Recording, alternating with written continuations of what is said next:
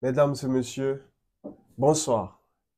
Si vous nous rejoignez à l'instant, sachez que nous sommes en direct avec le président national du Nouveau Mouvement Populaire, Monsieur Bandakani, qui va encore une fois de plus partager son point de vue, son analyse sur les différentes questions des internautes. Donc, Monsieur le Président, bonsoir. Bonsoir, mon cher Jules. Bonsoir.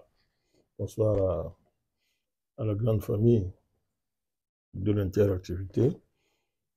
Euh, ben bon,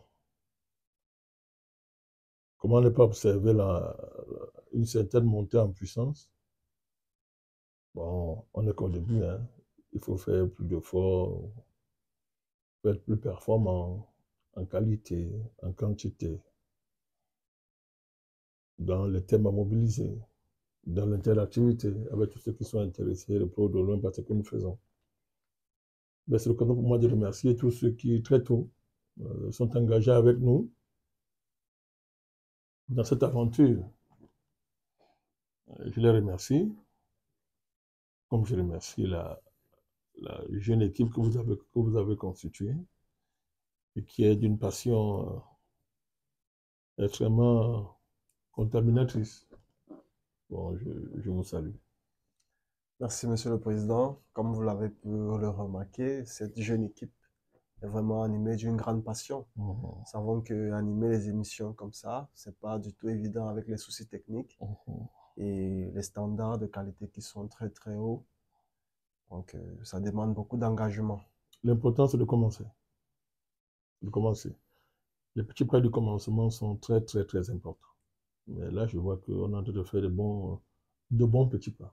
Donc, c'est encourageant. Très très encourageant. Au regard même de l'évolution de la chaîne, Monsieur le Président, une grande communauté ne cesse de monter.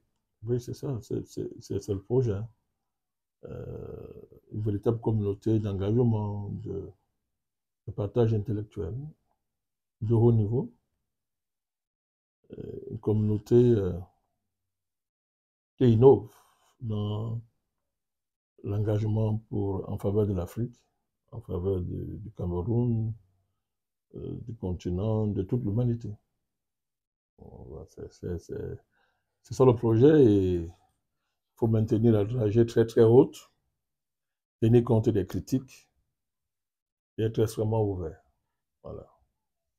Bon, Monsieur le Président, cette émission est un peu particulière parce Mhm, que il s'agit d'une interaction avec les mhm, différents abonnés à notre page YouTube, à notre mhm. chaîne YouTube NMP officielle, euh, qui ont soumis des questions à votre endroit et qui aimeraient avoir votre avis et donner également votre analyse sur certains sujets qu'ils ont évoqués.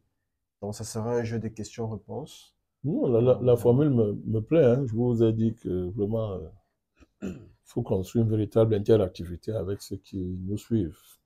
Ce n'est pas, ce n'est pas un rapport maître-élève. Ce n'est pas ma conception de l'interactivité. C'est un rapport de, d'apprenant mutuel, apprentissage mutuel. Je tiens beaucoup à ce type d'échange de temps en temps. À leur demande, vraiment, je serai toujours disponible. Parce que bon, ça permet vraiment d'interactiver cette fois-là en laissant l'initiative aux abonnés. aux abonnés. Voilà. Bon, avant d'entrer dans ce petit jeu, Monsieur le Président, comment vous vous sentez? Ça va, ça va, ça Et va. votre journée, est-ce que... Non, mais ça va, ça va, ça va. Le pays a été traversé par la folle rumeur du décès supposé du chef de l'État, le président Biya. Bon, une fois de plus,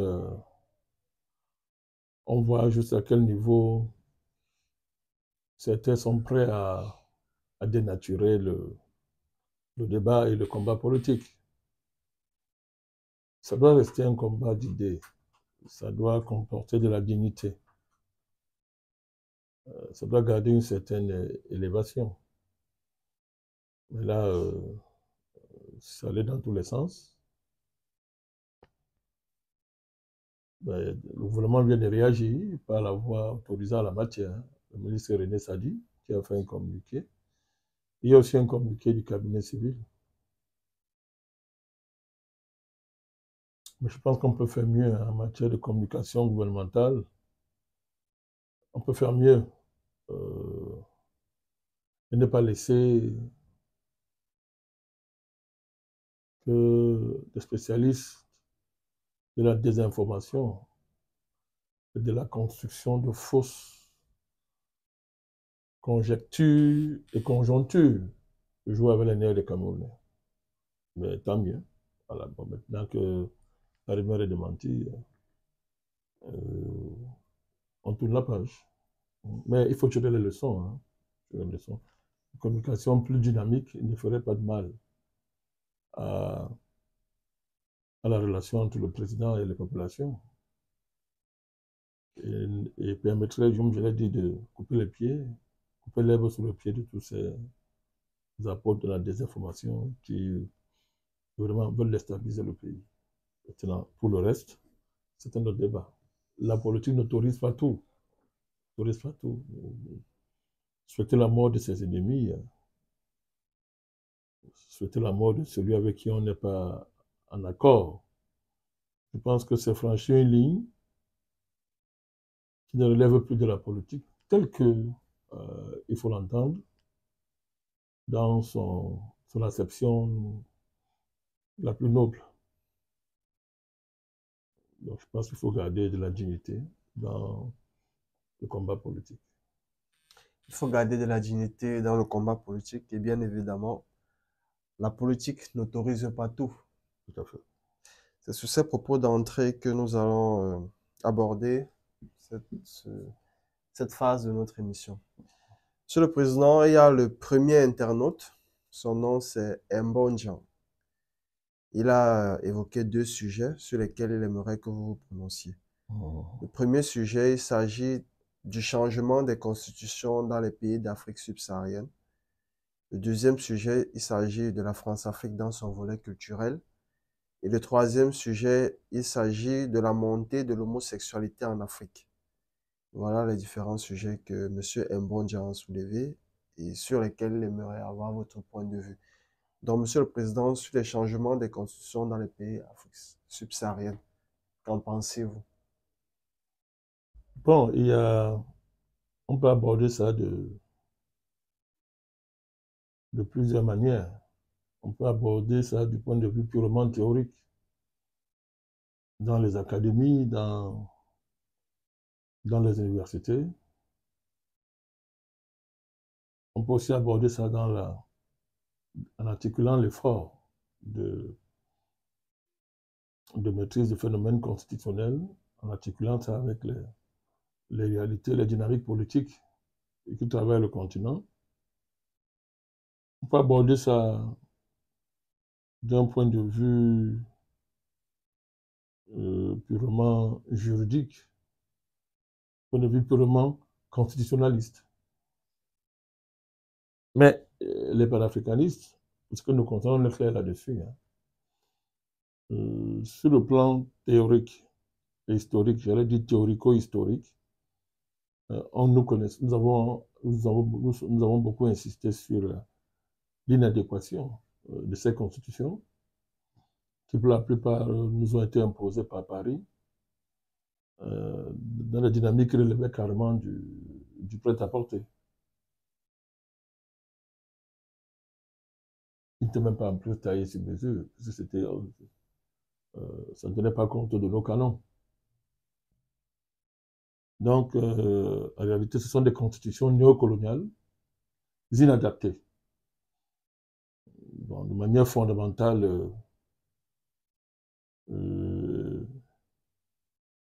ça participe et ça a participé d'une grande escroquerie historique et intellectuelle et politique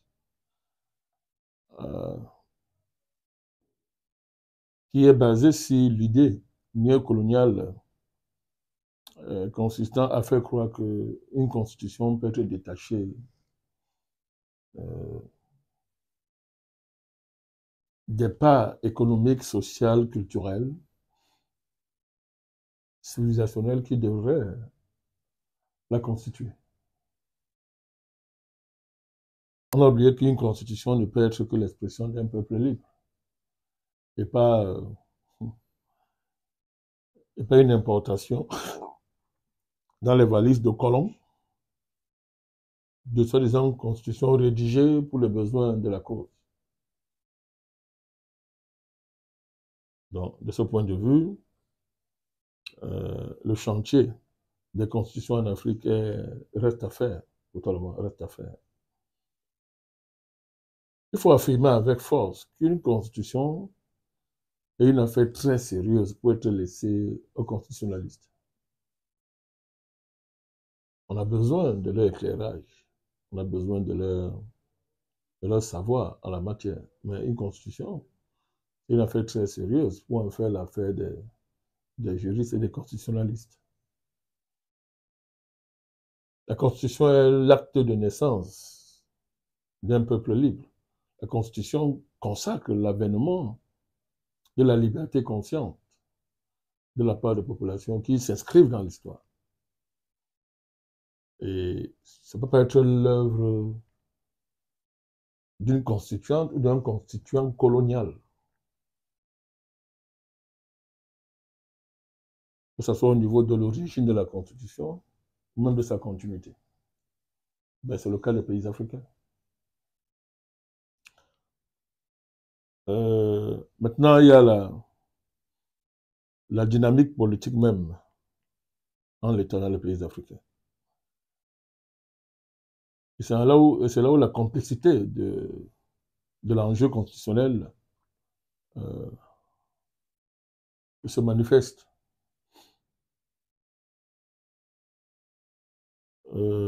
C'est un gros piège dans lequel nous sommes souvent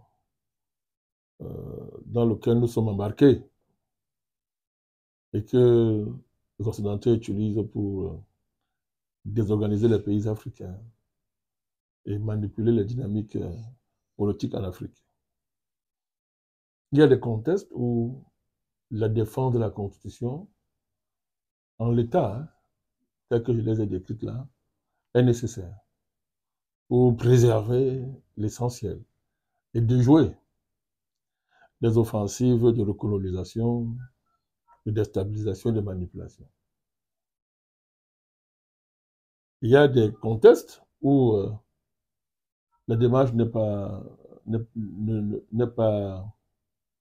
adaptée, où d'autres enjeux peuvent primer sur le formalisme constitutionnel. Vous voyez, ça dépend des dynamiques politiques. Vous voyez, prenons le cas du Niger. Vous avez la rhétorique pitoyable, je vous en prie, des dirigeants occidentaux en général et des dirigeants français qui ont passé le temps à pérorer sur le maintien et le rétablissement de l'ordre constitutionnel. Et on a vu... Les dirigeants de la CEDEAO. Oui, on a vu l'organisation comme la CEDEAO, où la plupart de ceux qui parlaient, qui péroraient sur la sacralité de la Constitution et la nécessité de rétablir l'ordre constitutionnel, étaient pour la plupart des putschistes eux-mêmes, étaient arrivés au pouvoir dans des conditions qui n'avaient rien de constitutionnel. Donc, voilà un exemple qui montre comment une constitution est complètement... Les constitutions, à un moment donné, se sont coupées des enjeux réels des pays. Le Mali, le Burkina, le Niger en sont l'exemple le plus épatant et le plus éclatant. Dans de tels contextes, à un moment donné, on se dit, qu'est-ce que la Constitution à ce moment-là? Faut-il se concentrer de son aspect formel ou bien de sa capacité à prendre en charge, à s'adapter à la dynamique politique, à la dynamique sociale et historique que le pays est en train de gérer et d'affronter. C'est pour ça que nous ne devons pas hésiter, nous, à un moment donné, à soutenir les dynamiques, les noces des dynamiques populaires et militaires qui ont convergé pour libérer ce pays et remettre debout ces États. Donc, ça dépend des contextes. Vous avez des contextes où la Constitution peut être le dernier rempart qui permet de s'opposer à une dynamique d'effondrement total de l'État, sans une perspective de, de continuité ou bien de renouveau qui puisse garantir l'essentiel des acquis d'une nation et l'essentiel des leviers de souveraineté du pays. On a le cas de la Centrafrique, où des putschistes, à un moment donné, se sont posés comme les plus grands défenseurs de la Constitution à la veille du référendum. Les mêmes gens qui ont estimé qu'une Constitution ne sert à rien puisqu'ils ont pris les armes pour essayer de renverser les institutions. Après être les amoureux de la Constitution, les défenseurs les plus absolus, les plus engagés de la Constitution, qui n'ont pas respecté puisqu'ils ont pris les armes. Et on entre dans une confusion politique et politicienne à tout point de vue, mais qui aurait été l'occasion, n'est-ce pas, à un pays comme la France, de recoloniser le pays et de reprendre les choses en main. Il a fallu encore faire un travail extraordinaire de pédagogie pour comprendre qu'en ce moment-là, il y a l'esprit, il y a la lettre, etc. Il y a les intérêts supérieurs d'une nation qu'il faut savoir travailler, articuler pour sauver l'essentiel. Donc, c'est dans ce contexte-là que le référendum en Centrafrique a pu se tenir. On a toiletté, on a changé une constitution qui amusait le monde entier, où des ministres pouvaient s'opposer au président à partir de la constitution. Taillé sur mesure par le colonel français, qui n'a pas toujours compris, ne comprendra jamais qu'il y a une époque qui, désormais, relève du passé. Donc, les débats constitutionnels en Afrique, moi je pense qu'ils n'ont même pas commencé encore. Ils n'ont même pas commencé encore, parce que piégés comme on est, par toutes sortes de tutelles, par toutes sortes de dépendances, qu'elles soient monétaires, qu'elles soient économiques, qu'elles soient financières, qu'elles soient politiques, géopolitiques, qu'elles soient sociétales, on voit bien qu'il est difficile de lancer de véritables chantiers constitutionnels qui réconcilient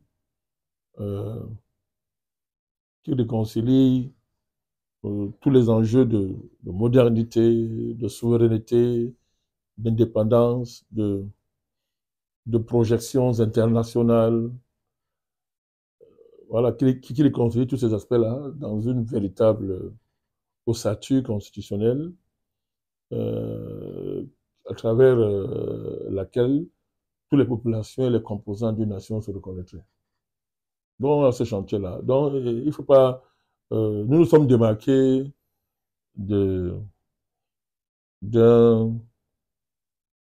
ce que nous avons appelé à un moment donné l'épidémisme constitutionnel. C'est-à-dire où les gens découvraient les constitutions à la faveur des fins de mandat des présidents et se sont retrouvés à jouer le jeu des puissances impérialistes qui font semblant d'adorer un ordre constitutionnel qui existera en Afrique et qui, de ce fait, serait sacré. Mais alors que tout ça, ils n'y croient pas eux-mêmes. Ils ne croient pas, ils ne croient pas eux-mêmes. Voilà. Donc, je crois qu'il est temps, la démarche panafricaniste, c'est de justement panafricaniser cette dynamique-là dans le sens d'une vraie procédure constitutionnelle africaine qui a fait ses preuves depuis des millénaires. Les Africains ont des États, les Africains ont le plus vieil État, l'endroit où l'idée de l'État a mûri de la manière la plus ancienne qui soit, c'est en Afrique. Les intellectuels ont travaillé sur les différents types d'États et l'histoire de l'État, il est établi que c'est en Afrique que l'État est né. Donc, la Constitution, nous savons ce que c'est. Les constitutions, on sait ce que c'est, mais de véritables perspectives constitutionnelles ne peuvent s'élaborer et se construire et se structurer que si on est indépendant et réellement souverain. Ce n'est pas le cas. Donc, il faut jongler, il faut faire preuve de souplesse, il faut être très, très faut maîtriser la stratégie, la tactique pour essayer de sauver l'essentiel dans nos différents pays. Merci, Monsieur le Président, pour ce premier point. Le deuxième sujet que Monsieur Mbondian aborde, c'est celui de la France-Afrique dans son volet culturel. J'aimerais un peu porter de l'eau à son vin avec ce que Monsieur Macron nous a présenté, c'est-à-dire une nouvelle élite culturelle africaine avec laquelle il va travailler. Bon, certains qualifiés de France-Afrique 2.0. Non, Quel est votre avis dessus? Non, il est évident que depuis que l'Afrique avait perdu l'initiative historique qu'elle est en train de retrouver grâce au nouveau panafricanisme, il est évident que dans un tel contexte, il n'y a pas de culture au sens noble du mot. C'est une espèce d'hibernation culturelle qui travaille l'Afrique parce qu'évidemment, il n'y a pas de colonisation qui ne soit pas une colonisation culturelle. Voilà, donc, à ce sens-là, la France-Afrique, c'est un véritable carnage culturel. Si on veut reprendre Césaire, des arts de vivre ont été détruits, des civilisations ont été fracassées, des savoir-être ont été liquidés, etc. On parle d'ethnocide, etc. Donc tout ça sont la preuve la plus flagrante que on a stoppé l'activité culturelle sur le continent et comme j'ai dit, on l'a mise en hibernation. Mais bon, quand on a dit ça, les résistances africaines sont aussi en même temps des résistances culturelles, où la conservation des acquis culturels, des héritages culturels, se conjugue avec une créativité qui ne peut être que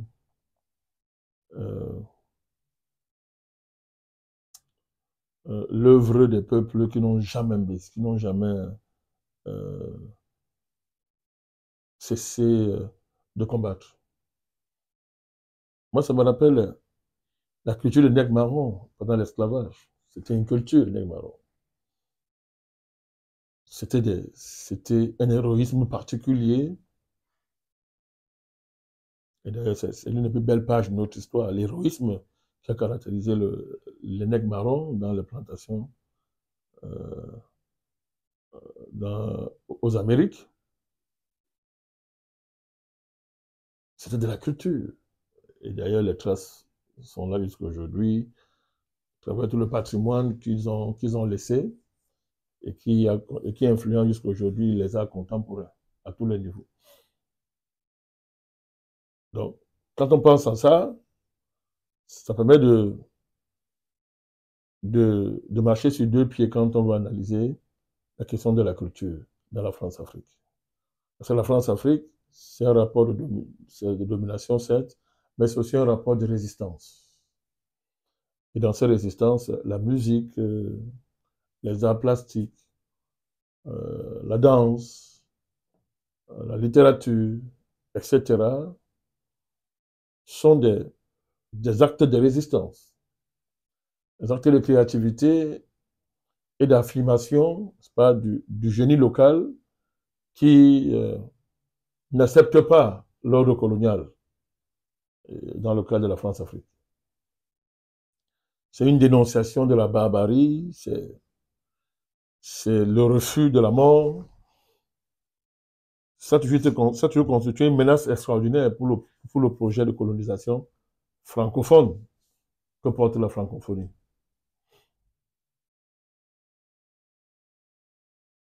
Comme je dis, c'est deux pieds. L'autre pied, c'est clair, c'est la violence culturelle française, à travers l'instrumentalisation du fait linguistique. Je dis bien le fait linguistique. Parce que la France, le français qu'on parle, on l'a imposé, c'est une voie de fait. Alors maintenant, il y a même une étrangeté, où on voit très bien maintenant la France qui veut faire la promotion de la langue locale. Et je le dis encore, M. Macron a fait voter une loi en France, où on va enseigner désormais les langues africaines en France. Il faut bien voir à quel niveau M. Macron évolue. dans sa politique de l'intimité. L'intimité. Parler la langue, enseigner la langue africaine en France. Il a fait ce projet de loi. Cette loi, je ne sais pas à quel niveau ça a avancé, mais ça a été clairement dit. Et je crois que la loi a été votée lors de son premier mandat. Je crois qu'on était à la moitié vers la fin de son premier mandat. Donc, où est la grande idée qu'il y a la francophonie? Cette intimité culturelle, mais qui en réalité nie le génie africain et veut le cantonner dans une espèce de génie secondaire qui peut avoir échoué dans le projet de recolonisation, veut faire du génie africain un génie d'accompagnement du génie français. Dans le cadre d'un compromis, d'un faux compromis, qui est basé sur des histoires du genre que les liens historiques, des liens éternels, des bêtises comme ça. Donc, deuxièmement, on peut relever un autre niveau, mais ça va dans le même sens. Dans le sens de cette grande manipulation, l'histoire de restituer les biens volés, les biens culturels volés. Voilà un autre scandale. Et là encore, ça trahit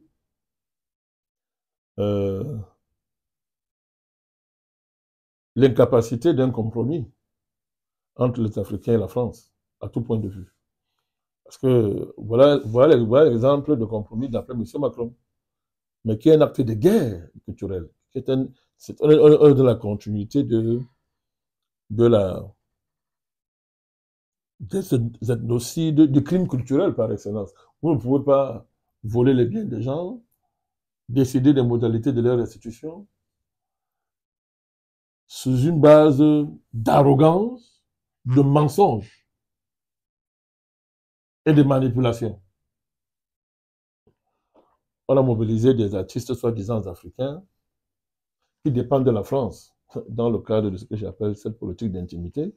C'est la France qui finance la circulation de leurs œuvres, c'est la France qui les donne, qui soutient la production de ces œuvres-là. Et ces illuminés ont osé dire que non, si on remet ça aux Africains, est-ce qu'il y a un endroit pour les conserver? Que c'est bien que ça reste en France parce qu'il y a des musées en France. Vous voyez, hein?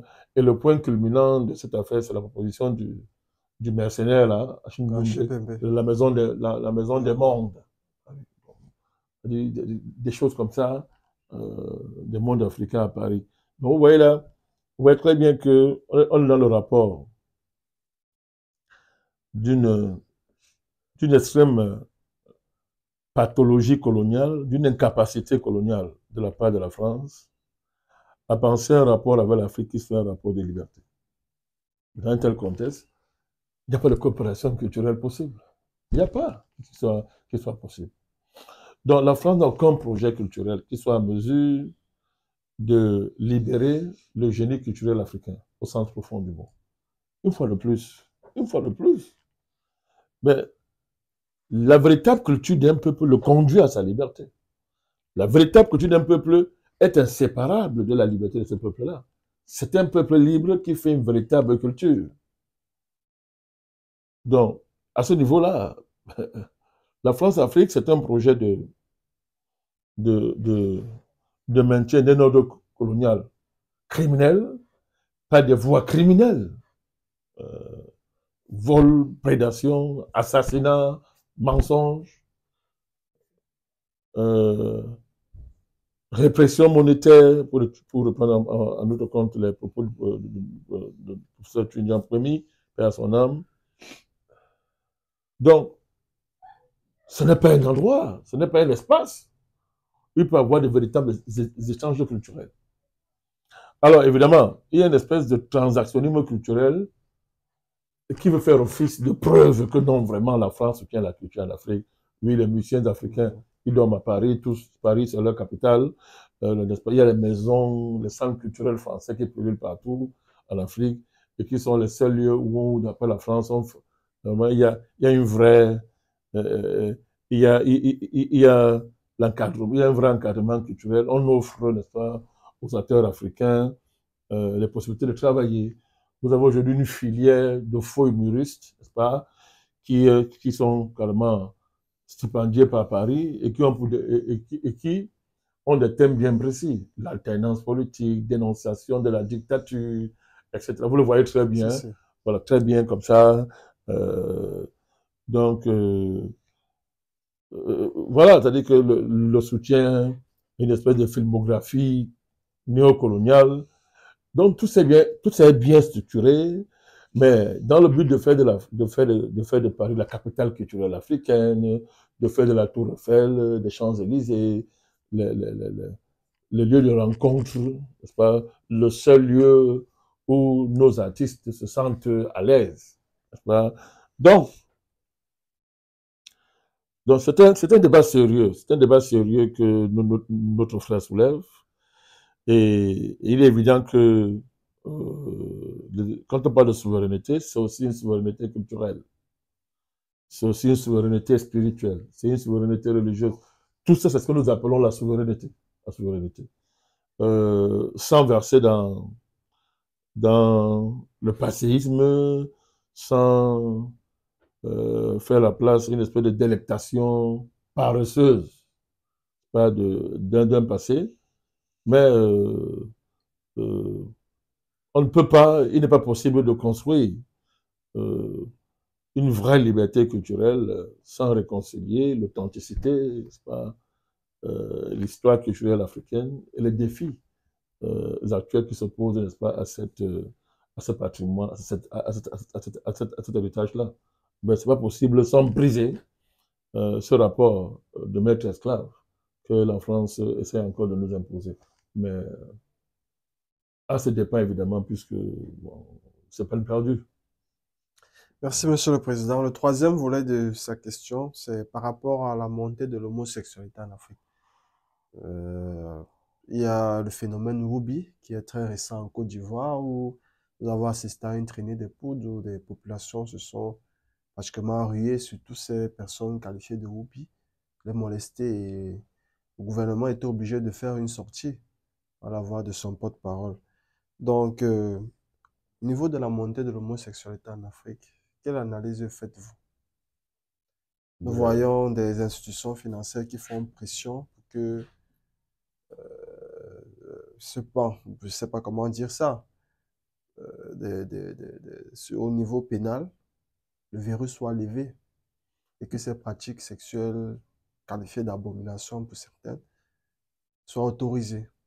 Mais c'est un lien avec la question précédente. Le lien est clair. C'est l'impérialisme culturel. À la différence que la question des LGBT, pas, que vous appelez les Woubi, participe pas d'une géopolitisation de la question des LGBT.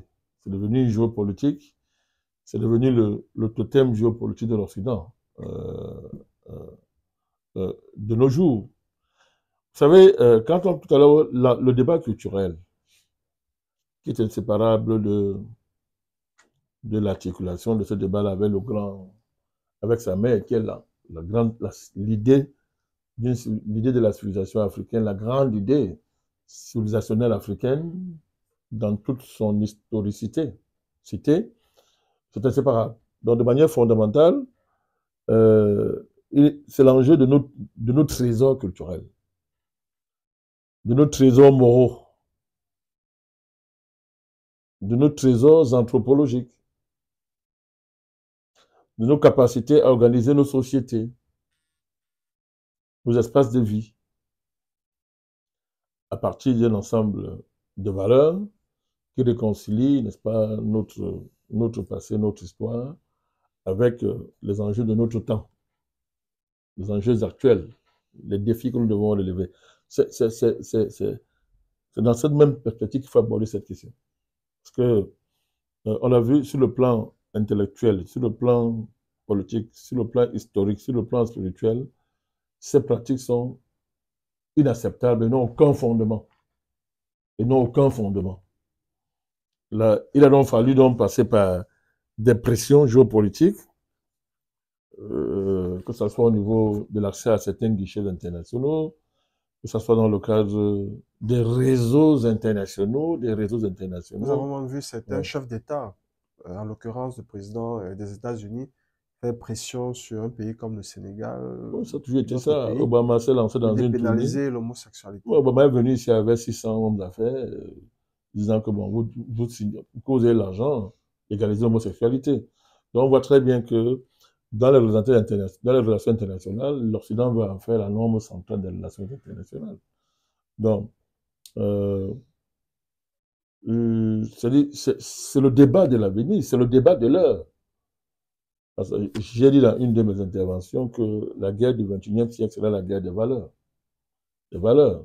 Je ne m'inscris pas dans le choc des civilisations. Je crois que euh, je pense que l'humanité va atteindre le stade où on parlera de la civilisation humaine qui va émerger à la faveur de la rencontre de toutes les civilisations. Rencontre pacifique, rencontre éthique, rencontre intellectuelle, de très très haut niveau, au sens de universel. Mais en attendant, les chemins faisant, l'inacceptabilité de l'impérialisme culturel et son penchant actuel qui est la géopolitisation des LGBT est une évidence. C'est une évidence qui devrait s'imposer à tout Africain conscient. L'organisation de la pauvreté en Afrique, la situation de la misère fait le lit de ce que vous appelez monter en puissance des hobbies. L'inconsistance culturelle de une bonne partie de notre élite et le fait que les modalités par lesquelles elles accèdent à des positions internationales renforce, c'est-à-dire renforce la vulnérabilité de nos sociétés quant à leur capacité à faire front contre cette abomination, comme moi je les appelle. C'est ce qu'on voit en Côte d'Ivoire. Il est surprenant qu'on ait cru que ça ne devrait pas arriver. La misère de la jeunesse ivoirienne qui contraste avec les taux de croissance célestes de monsieur Ouattara, bah, font le lit, ou bien ont complètement affaibli beaucoup de jeunes Ivoiriens dans la lutte pour conserver leur dignité et défendre des valeurs solides. Donc, c'est ça le problème. C'est vrai pour la Côte d'Ivoire, c'est vrai pour les pays africains. Ce que vous appelez monter en puissance des LGBT est structuré, nourri par cet ensemble de facteurs où une jeunesse livrée à elle-même, n'ayant pas de perspective, est réduite à une vie infra-humaine. C'est-à-dire que, à la limite, pour manger, il faut se prostituer. Il faut se prostituer. Pour avoir accès à certains biens de consommation, il faut se prostituer. Quand on arrive à ce niveau-là, on voit très bien que ce n'est pas... ça coïncide avec, je l'ai dit tout à l'heure, l'enjeu général de notre société, à savoir la liberté, la souveraineté, l'indépendance et la maîtrise de nos ressources, de nos matières premières. Ce qui veut dire la capacité à générer de la richesse, qui puisse répondre aux besoins de la population et en particulier les besoins de la jeunesse. Donc, je vous dis, hein, cette question n'est pas séparable de la première. La première. À ce niveau-là, les véritables traditions africaines sont solides. Quand vous les visitez, vous voyez qu'on a pensé, n'est-ce pas, la protection des classes, les moyens qui permettent de structurer moralement une société pour conserver l'humanité de cette société, pour conserver les valeurs les plus fondamentales. L'Afrique connaître ça, l'Afrique a réglé ça. Les problèmes que nous avons aujourd'hui, par exemple, dans la gestion de nos adolescents, les crises d'adolescence, même prolongées aujourd'hui, qui nourrissent cette grande dépravation des mœurs qui frappe l'Afrique, hein, même qui frappe nos héritages culturels, etc., sont une fois la preuve de ce qu'il est nécessaire de bien revisiter nos trésors culturels, nos trésors traditionnels dans ce domaine-là. Je prends un exemple simple. La notion de classe d'âge, bien revisitée, permettrait, par exemple, n'est-ce pas, de juguler avec une certaine aisance la question des LGBT. Hein? La question des LGBT permettrait de juguler la question des LGBT, par exemple. Ce n'est pas le seul cas. C'est pas le seul cas. Euh, une revisitation lucide de nos des, on dit ça, des cadres d'initiation en Afrique, initiation sociale en Afrique, permettrait aujourd'hui de régler beaucoup de problèmes au niveau de la jeunesse en, en on dit ça, en, en élevant ou bien en créant des conditions d'un, comment dire ça, d'un dépassement, d'un dépassement du folklore dans une véritable culture nationale, qui serait la synthèse lucide, pas, de nos trésors ethniques, claniques, etc. D'ailleurs, ce processus est en cours même de manière spontanée, de manière quasi naturelle dans la population, mais tout ça doit être articulé avec les grands travaux intellectuels qui sont faits dans le sens d'une réactualisation de nos héritages culturels, de la culture africaine, de la civilisation africaine. Une fois de plus, comme je l'ai dit, sans verser dans un passéisme et éviter des manipulations qui pourraient délivrer, pourraient déboucher sur des formes d'intégrisme inutiles.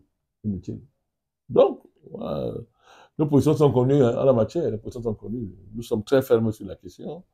Les LGBT, les dérives sociétales qui nous viennent de l'Occident sont inacceptables. Il faut les combattre avec une fermeté sans pareil. Et s'assurer que cette digue morale, cette digue culturelle, ne soit pas renversée par les vagues d'un occidentalisme culturel et sociétal totalement dépourvu de profondeur, totalement dépravé, et n'ayant aucun enracinement spirituel. C'est un combat qu'il faut mener avec beaucoup de détermination. C'est pour ça que je vous ai dit, je répète, la guerre du XXIe siècle sera la guerre des valeurs. D'ailleurs, dans ce sens, regardez les évolutions en Russie. Les évolutions en Russie, où des lois sont prises aujourd'hui pour élever au niveau du terrorisme ce type de dérive. Ça annonce le monde qui vient, où les relations internationales, le commerce entre les nations, les échanges ne seront plus simplement dominés par le libre-échangisme sauvage, yankee, qui a dominé le monde aujourd'hui, j'allais dire anglo-saxon, qui a dominé les relations internationales avec, n'est-ce pas, avec leur reflet culturel, surtout dans le sens de l'impérialisme. Regardez Hollywood, par exemple. On a vu comment l'Amérique entrait dans la tête des gens à travers Hollywood. Et aujourd'hui, l'affaire Pauvre Didi se passe de commentaires. On a vu ce qu'on a fait avec Hollywood, où on a voulu mettre, je dis, tout à l'heure, je vous mettais en garde de faire attention contre un passéisme. On crée un décor qui apparemment est africain, mais derrière, il y a un autre projet. Ceux qui étaient derrière n'avaient aucun projet de libération, n'avaient même pas le projet de valoriser les cultures africaines soi-disant. Donc, c'est un grand enjeu, mais tout ça est bien beau, hein. Tout ça est bien beau. Tout ça est bien beau, mais je suis l'affaire sans, je répète encore, la souveraineté, sans l'indépendance et sans un véritable changement des rapports internationaux. Merci, Monsieur le Président. Nous abordons la question un autre abonné. C'est Monsieur J.N. Jolisane. Il nous parle de Monsieur Pougala. Il dit ceci. Jean-Paul Pougala pense que l'AES commet une grave erreur géostratégique qui pourrait s'avérer fatale un jour en se rapprochant d'États proches de l'OTAN comme le Maroc ou la Turquie. Selon lui, les États africains choisissent leurs alliés comme des pères de famille feraient leurs courses au supermarché, c'est-à-dire au gré des circonstances, parce qu'ils veulent n'être mariés à personne. Les États africains seraient peu fiables aux yeux du monde et surtout aux yeux de la Russie et de la Chine. Seul pôle alternatif solide auquel les Africains devraient s'arrimer, d'après lui, et presque exclusivement. Et il pose la question, partagez-vous son point de vue? Non, je n'ai pas à partager son point de vue. J'ai analysé sa position. Bon, je connais un peu M. Pougala. Je voudrais rappeler un épisode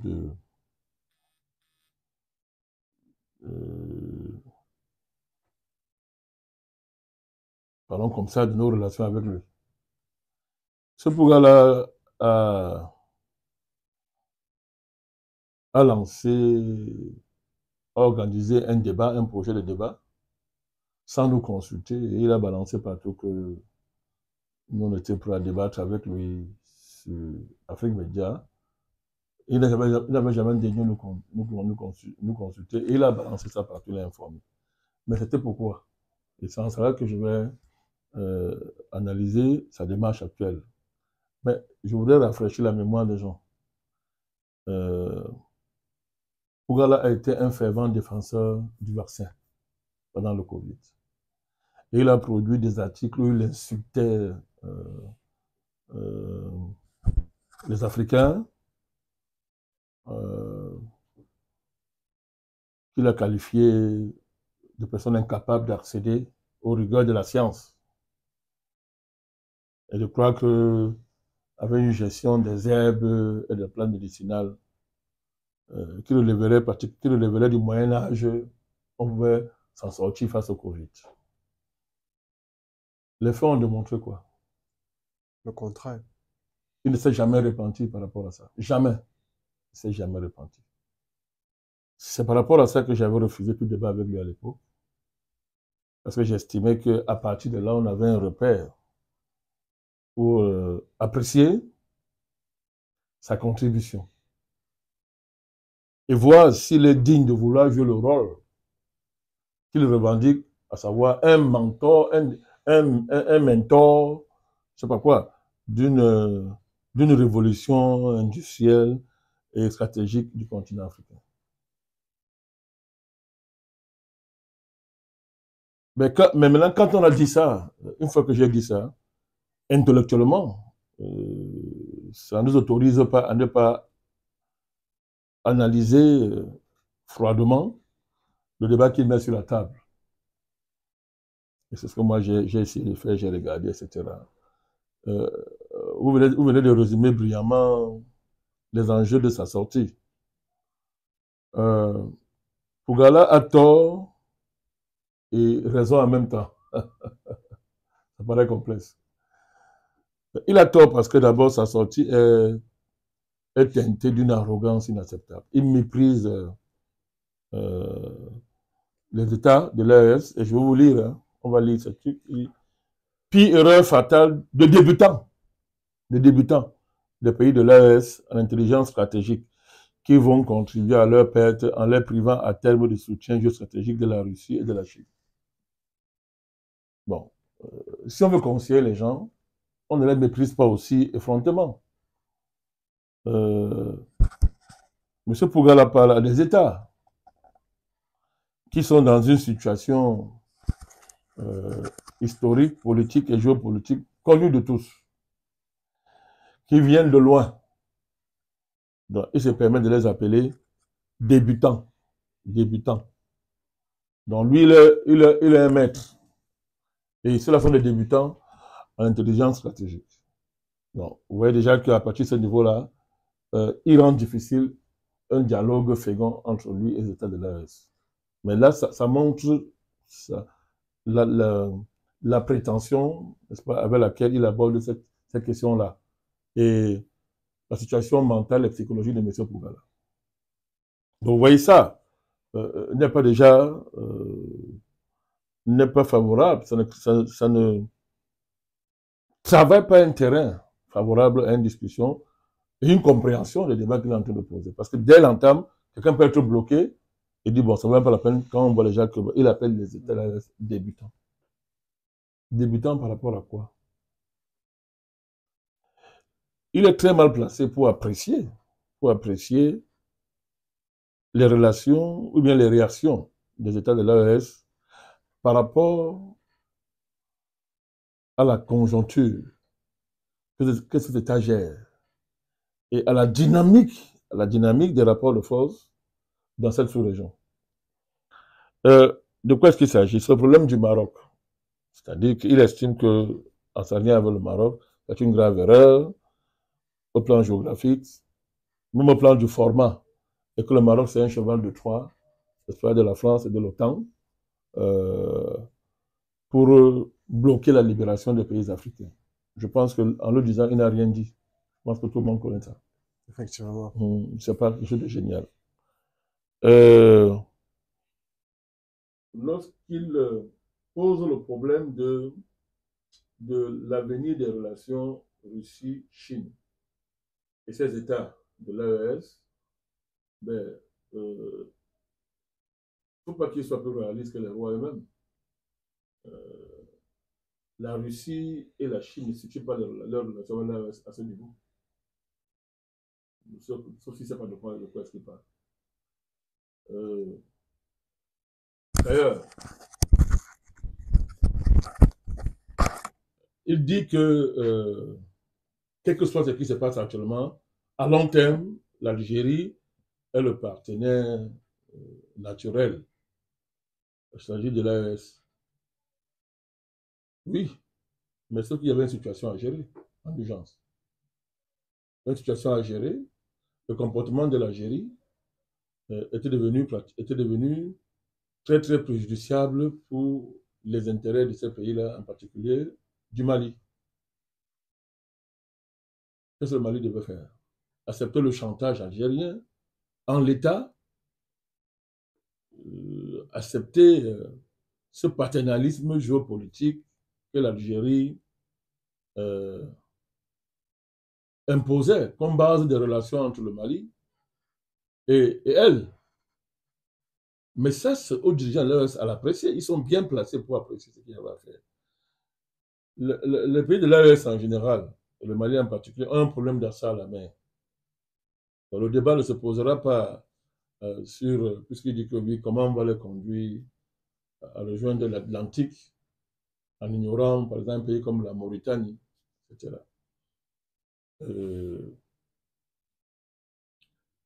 Je pense que on a un exemple, dans de telles situations, les États apprécient leurs intérêts. Ils les apprécient à court, à moyen terme, à long terme, mais ils les apprécient aussi dans une situation d'urgence. Je pense que la Mauritanie et les pays de l'AES en général, le Mali en particulier, ont montré qu'ils pouvaient gérer cette situation-là avec la lucidité des intérêts mutuels qui s'imposent dans ces États-là. C'est comme ça que le Mali, a pu contourner le chantage que M. Ouattara faisait, etc. Ces pays-là ont fait la CEDEAO. Il y a aussi les dépendances mutuelles. Lorsque on a décidé de fermer les frontières, mais le Mali n'en a pas souffert seul. Le Sénégal en a souffert sérieusement. La Côte d'Ivoire aussi en souffrait. Donc, ce sont des dimensions qu'il ne faut pas comment dire ça, ignorer. Il y a une espèce de dépendance mutuelle réelle entre ces pays de l'AES et même les pays de la CEDEAO, pour ne pas que cet exemple-là, qui montre que dans les relations avec un pays comme la Mauritanie, ce sont les intérêts mutuels qui vont primer. Je gagne quoi? Qu'est-ce que moi je gagne? Est-ce que je gagne? Mais à partir de ce moment-là, on peut discuter. Je pense que toutes les questions ne sont pas des questions stratégiques. Les pays de l'AES ont une alliance stratégique avec la Russie. Dans une certaine mesure avec la Chine, mais surtout avec la Russie. La Russie n'a jamais imposé comme condition d'une telle alliance une espèce d'exclusivité stratégique qui interdirait au pays de l'AES comment on dit ça, de saisir des opportunités qui s'offriraient à eux en fonction de la manière dont ils analysaient les priorités de leur pays à un moment donné, surtout dans un contexte comme celui-ci. Donc moi je pense que l'arrogance de M. Pougala a primé sur la lucidité stratégique dont il était en mesure de faire preuve dans l'analyse de cette évolution-là. Mais ce qu'il pose comme problème, c'est la problématique générale de la diversification des partenariats. M. Pougala, je le comprends, est dans une logique où les pays africains doivent se développer. Et pour se développer, ils peuvent pas compter sur l'Occident et ses chevaux de Troie. C'est ce qu'il dit. Il a raison. C'est de ce point de vue qu'il pense que la Chine et la Russie sont plus fiables au regard de leur expérience et des antécédents historiques que nous avons eus avec les Occidentaux. À ce niveau, il a raison. C'est-à-dire que diversifier les partenariats, et même à un certain niveau, les partenariats stratégiques ne sont pas le gage d'un développement. C'est ce qu'il veut dire. Pour qu'il y ait développement, pour qu'il y ait libération, il faut justement faire preuve d'intelligence stratégique dans un contexte comme celui-ci. C'est pourquoi il a dit. L'intelligence stratégique, c'est une grande réflexion qui permet d'articuler les freins internationaux qui nous sont défavorables quant à la nécessité de nous développer avec une capacité, une intelligence endogène qui permet de les contourner et de les dépasser. C'est ce qu'il dit, c'est ce qu'il est en train de prouver. Et par rapport à ça,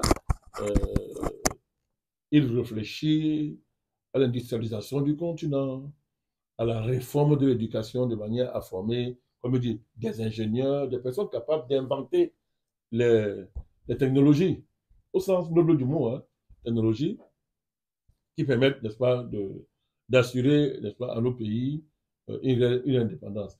Et la Chine est pour lui un modèle à ce niveau-là. Il va régulièrement, de temps en temps, pour visiter. Et lui-même, il a une académie où il essaie d'implémenter tout ça en formant. C'est l'académicien, d'ailleurs, dont il est d'ailleurs très fier.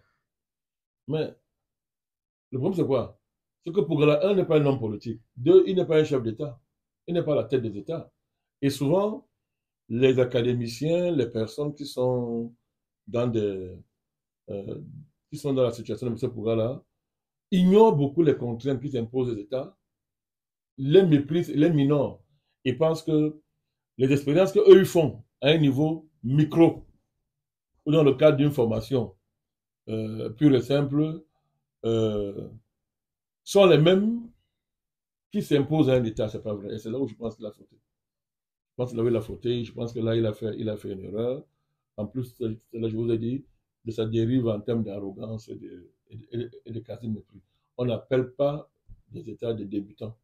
Il n'est pas sûr qu'au Mali, au Burkina et ailleurs, il n'y a pas des intelligences, n'est-ce pas, qui sont capables non seulement de maîtriser l'intelligence stratégique, mais de lui enseigner à lui. Je pense qu'il y a un manque d'humilité, comme d'habitude, euh, ont desservi une démarche intellectuelle qui n'est pas en réalité contre les États de l'AES, mais qui vise simplement vouloir les prémunir d'un danger que Pogala juge évident. Évident. Bon, moi, c'est un incident qu'il faut clore. Hein. De mon point de vue, Pogala, c'est une ressource africaine qu'il faut savoir utiliser. Voilà, c'est ce que je peux dire à propos. Merci, Monsieur le Président.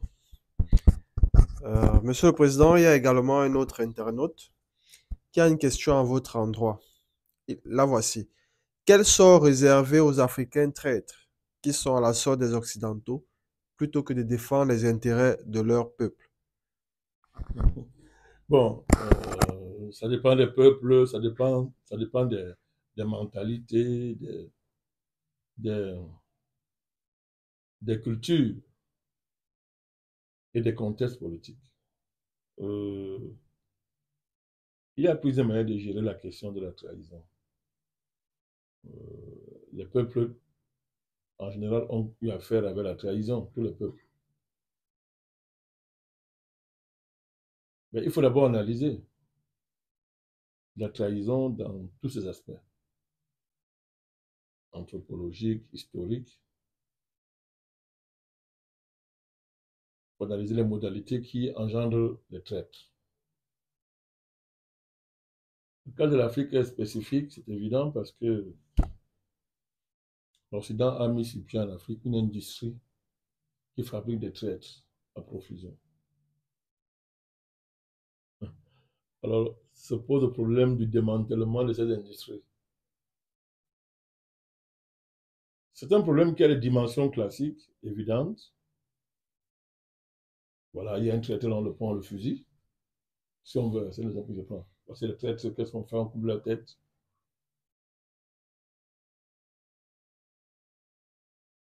Mais si vous coupez les têtes des traîtres et que le contexte les engendre, vous ne voulez pas modifier, c'est un travail décisif que vous faites. Voilà pourquoi nous travaillons à fond à modifier le contexte. Nous travaillons à fond pour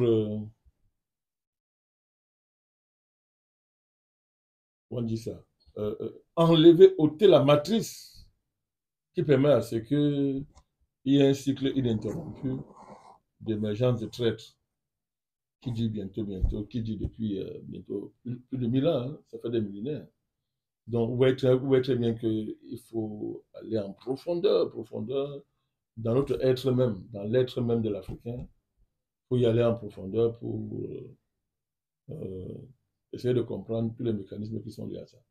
Mais, vous savez, faire une fixation particulière sur le traître peut détourner de vrais enjeux. De vrais enjeux.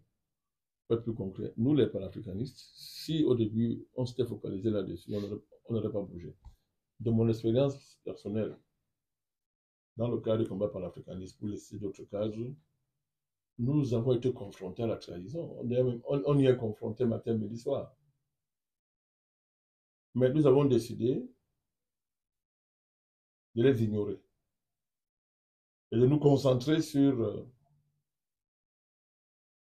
la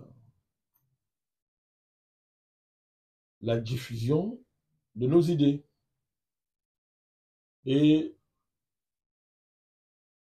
la nécessité de se donner les moyens, de nous donner à nous-mêmes les moyens moraux, les moyens mentaux et psychologiques pour terrasser la trahison. Ça veut dire, le traître a sa détermination en lui. Il est dans une dynamique qui consiste à trahir, avec tout ce que cela suppose. Mais s'il a en face de lui une détermination qui est supérieure à sa détermination, il fera quoi? S'il a en face de lui une démarche très consciente de la trahison, une démarche qui intègre la trahison comme plutôt un avantage. Ouais, là c'est je dis c'est fort, hein, mais je dis parce que, oui, je dis parce que c'est ce que nous on a pratiqué au niveau du combat panafricaniste pour qu'on arrive où on est arrivé là. Donc, si vous intégrez la trahison comme étant quelque chose qui doit vous avantager, mais vous avez désarmé le traître sans qu'il se rende compte. Et vous l'avez désarmé sans qu'il se rende compte. Donc, je pense que c'est à ce niveau qu'il faut travailler. Ça demande une grande réflexion stratégique. Et ça demande, tout à l'heure on parlait pour Gala, ça demande de l'intelligence stratégique. Mais là, pas seulement la géostratégie classique. Il faut une géostratégie qui soit articulée à une haute géospiritualité pour réussir comment on dit ça? Il y a un mot là.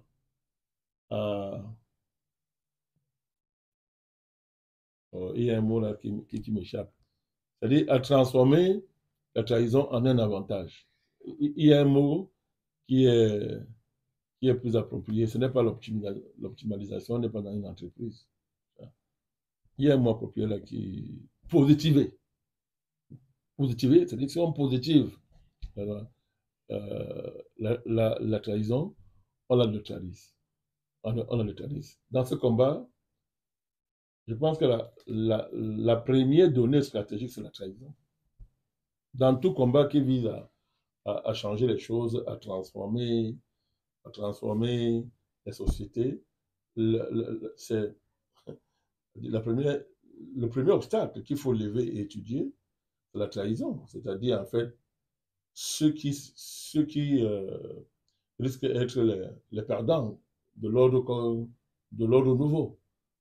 Ceux qui risquent d'en faire les frais, ben, d'office, ce sont des traîtres. D'office, je dis bien d'office. Ils auront tendance à trahir. Il y a des traîtres organiques, il y a des traîtres historiques. Il y a même, il y en a même qui sont même nés traîtres. Oui, ça c'est fort. Hein. Ils sont même nés traîtres. Oui. Donc l'Afrique connaît tout ça. L'Afrique est confrontée à toute cette réalité-là. Mais comme je vous ai dit, je ne vais pas dire plus que ça parce que bon, nous devons aussi garder nos avantages pour nous. Il faut positiver la trahison. Il faut l'intégrer de manière à en faire un avantage. Ça, si vous le faites, vous avez en grande partie vaincu la trahison.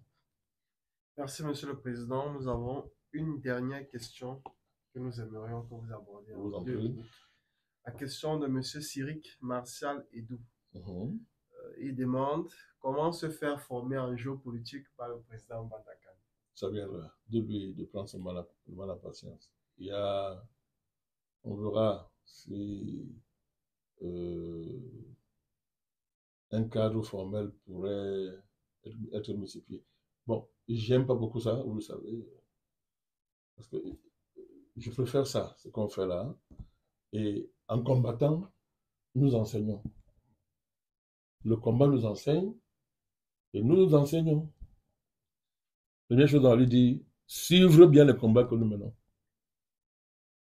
Suivre bien le combat que nous menons, nous suivre, en attendant de voir si un cadre formel peut émerger, si d'autres moyens d'éducation pourront nous permettre de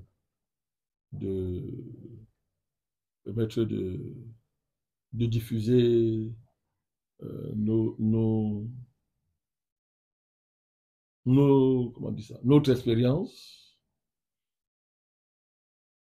de manière plus pédagogique, dans le cadre d'une organisation vraiment pédagogique. On verra, mais en attendant, je lui dis, il faut bien suivre les combats que nous menons, il faut bien suivre les dynamiques qui sont en cours sur le continent, se documenter par rapport à cette dynamique-là, et cela, c'est pour voir que, mais en le faisant, il va acquérir beaucoup de connaissances.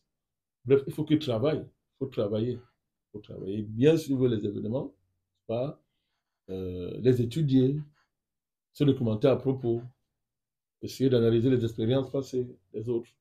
C'est dans ce travail-là, qu'il va acquérir, n'est-ce pas, de connaissances au niveau de la géopolitique.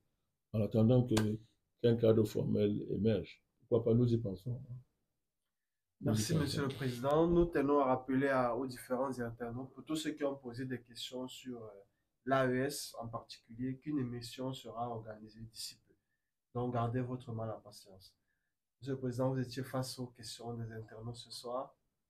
Quel est votre ressenti au sortir de cette émission? Je vous dis que moi, je privilégie ce type de démarche. Hein. Moi, je suis très à l'aise quand nos amis, nos abonnés posent des questions. Parce que ça leur donne de l'initiative dans la dynamique de nos échanges. Je suis très à l'aise avec ça. Ça va vous surprendre. C'est au moment que je préfère le plus. Mais bon, je comprends. Si en même temps, il faut qu'on suive l'actualité, il faut qu'on fasse notre travail d'avant-gardiste. On assume ça et ils en ont besoin. Mais ça, c'est un moment que j'adore parce qu'ils ont l'initiative. Ça permet d'échanger. Voilà. Nous disons un grand merci Je à voudrais dire tous. merci à tous ceux qui ont posé des questions, qui ont formulé des questions. Je dis un merci particulier. Merci aussi, Monsieur le Président, une fois de plus d'avoir disposé de votre précieux temps, Je vous en prie. le mettre à notre Je service. vous en prie. Et c'est sur ces propos que nous mettons un terme à cette émission. À nous revoir pour les très prochaines. À bientôt. À bientôt.